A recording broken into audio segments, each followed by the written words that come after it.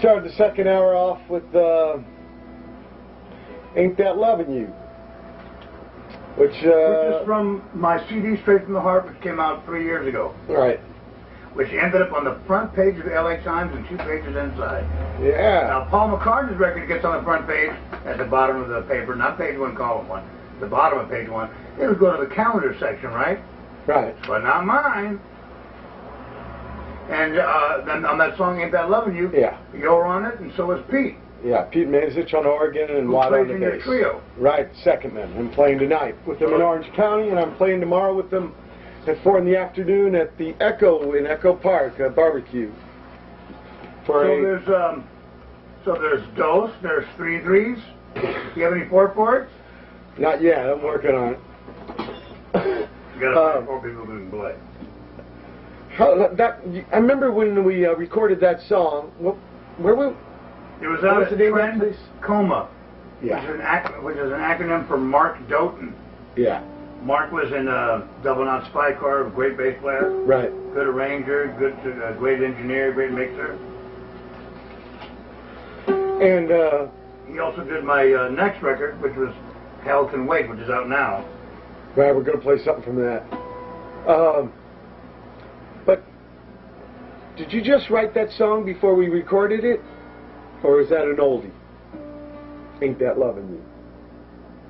I wrote it about 6-7 months before. Oh, so it was kind of recent. Yeah.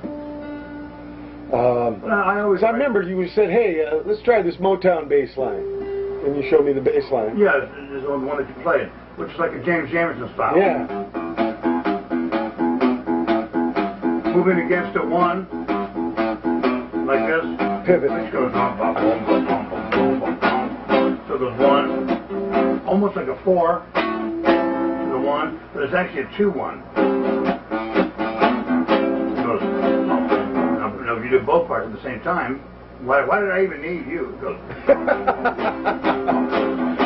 Somebody had to get close to the kick drum. That's tuning here. What do you think about these bands these days that don't have bass players, that just drums and guitar? What do you think of that? Well, I mean, I'm saying that because you asked why did you need me, and there's people. No, there's people doing bands without bass guitars. Yeah, it was a big deal about the White Stripes being recorded rough and raw. It was recorded nothing like the Led Zeppelin that some people would compare it to.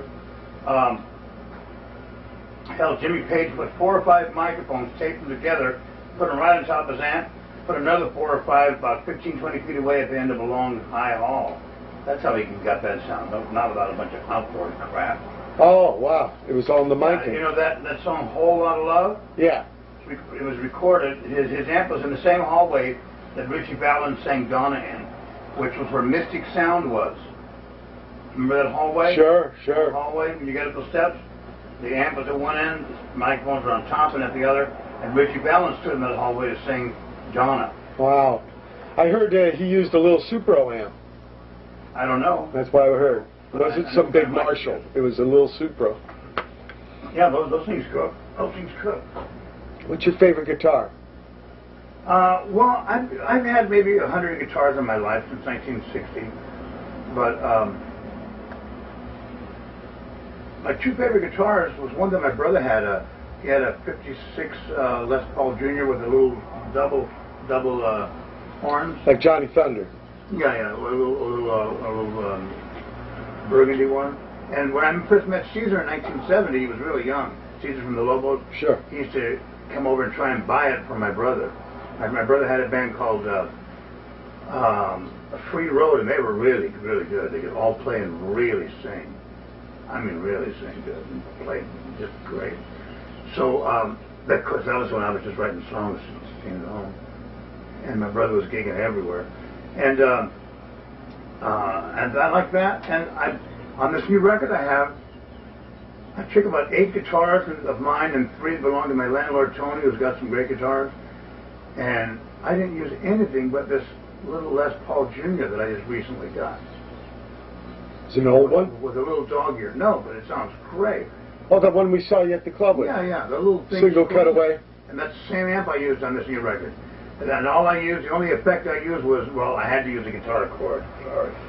I used a chord. I used a patch chord. Gee, I thought I was a purist. Corrupt. I'm totally corrupt. Yeah, I used a guitar chord plugged into the amp.